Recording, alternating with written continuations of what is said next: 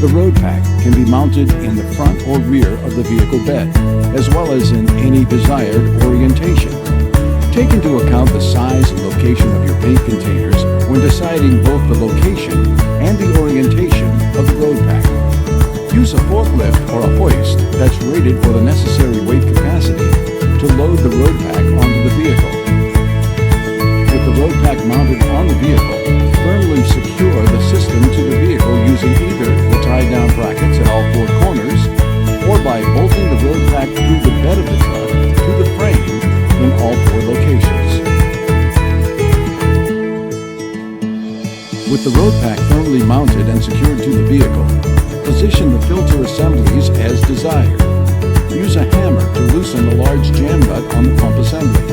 Rotate the filter assembly to the desired orientation and use a hammer to tighten the jam nut and lock the assembly into place.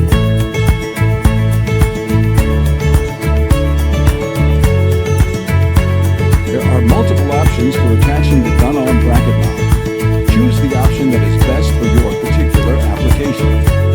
Place the Roadpak mounting arms up to the forklift channels on the frame.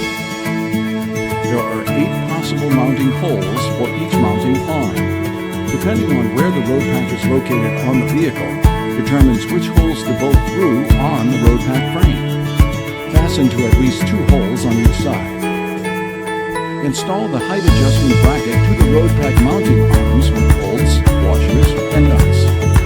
Tighten all bolts to lock into place. Install the stow bracket to the height adjustment bracket. Locate the bottom of the stow bracket 21 to 25 inches or 53 to 63 centimeters from the ground.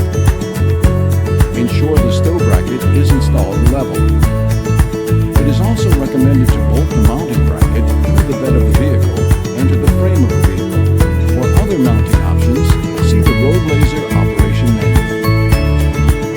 The slide beam is shipped to accommodate wider vehicles, but it can be cut down to accommodate different vehicle sizes. To shorten the beam to 88 inches, cut 12 inches from the end of the beam towards the next hole on the vehicle. To shorten the beam to 72¼ inches, cut 27¾ inches from the end of the beam towards the third hole. After determining the desired length, slide the beam into the channel on the bracket. To install the gun arm, position the gun arm assembly next to the vehicle. Lift the gun arm and hold the traverse bracket. Slide the beam through the wheels so they're mounted on the track of the slide beam. Attach the handle to each end of the slide beam. Press the cotter pin through the handle to hold it into place. Fasten the nut and bolt through the slide beam on both ends to act as stops on the channel. Route the hoses for the gun arm before moving the arm to prevent the hoses from being pinched. Position the gun arm at the end of the slide beam and secure the hose bundle to the height adjustment bracket. Lift the gun arm to a vertical position and slide it over the stow bracket. Rest the gun arm on the stow bracket and position the stop to sit properly on the stow bracket. Slide the pin through the gun arm bracket and stow bracket to secure the gun arm. Insert the clip through the pin. Tighten the 2 bolts to lock the gun arm bracket into place. If necessary, adjust the rollers to eliminate any play in the traverse bracket gun arm carriage. Loosen the roller nuts just enough so that when the adjustment bolt is turned, the rollers will move in or out as desired. Retighten the roller nuts to lock their position. Adjustment is done correctly when the traverse bracket gun arm carriage slides freely and there is no play between the rollers and the beam.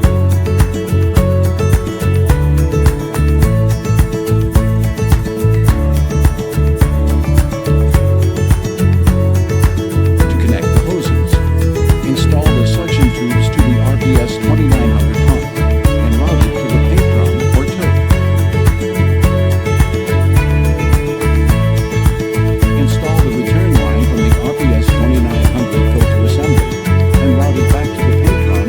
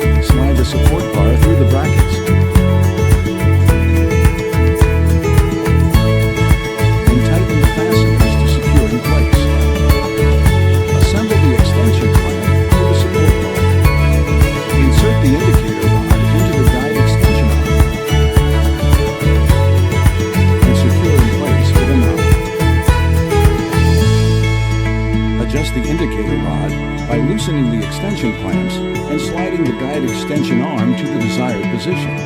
Secure by tightening the knob. This completes the Roadpak installation. Refer to the kit manuals for installation and operation.